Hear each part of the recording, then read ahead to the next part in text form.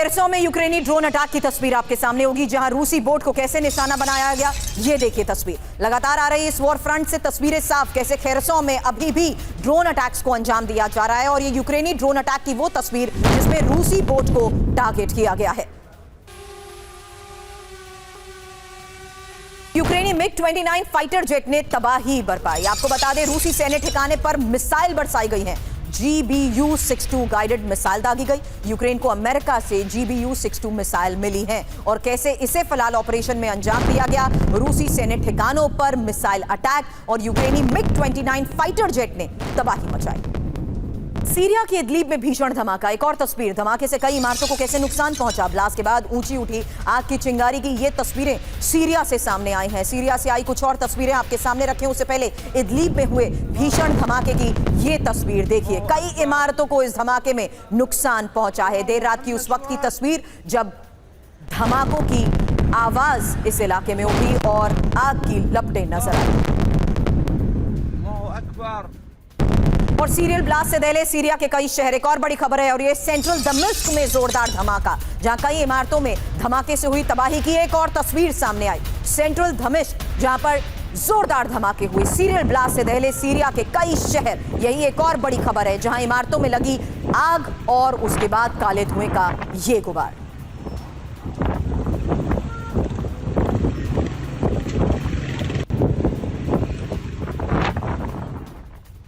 आज की एक और बड़ी खबर, रूस को लेकर नेटो देश अलर्ट हैं और पोलैंड में नीदरलैंड अब F-35 फाइटर जेट भेजेगा।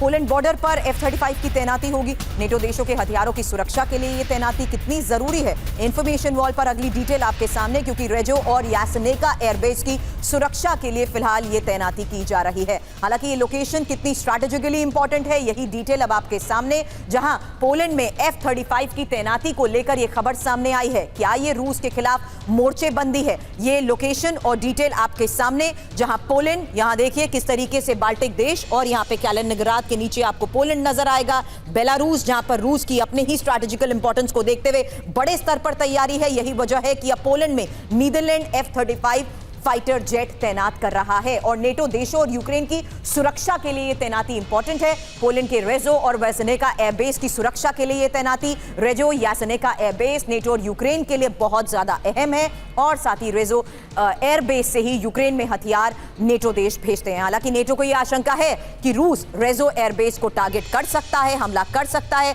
बेलारूस से ही रेजो हवाई अड्डे पर हमला मुमकिन माना जा रहा है। हालांकि जिस तरीके से यह तैनाती हो रही है, उद्देश्य साफ है, नेटो के पूर्वी बॉर्डर, खासकर पोलैंड की हवाई सुरक्षा को मजबूत करने की यह कोशिश और यह कदम रूस की ओर से बढ़ते खतरे को देखते हुए और यूक्रेन को समर्थन देने के लिए ही उठाया गया है।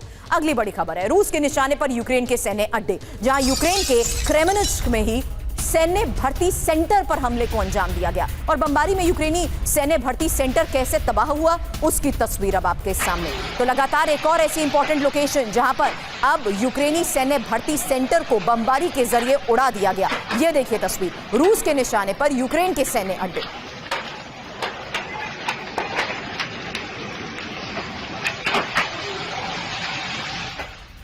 एक और बड़ी खबर और ये यूक्रेन को मिलने वाले समर्थन को देखते हुए बड़ी खबर, जहां यूक्रेन को हथियार अमेरिका देगा। पेंटागन ने हथियार देने का ऐलान कर दिया है। राष्ट्रपति ट्रंप ने क्या कहा, फिलहाल ये जानिए। यूक्रेन को हथियार की जरूरत है, हमें यूक्रेन की मदद करनी होगी। पहले अमेरिका ने हथियार देने से मना कर दिया था।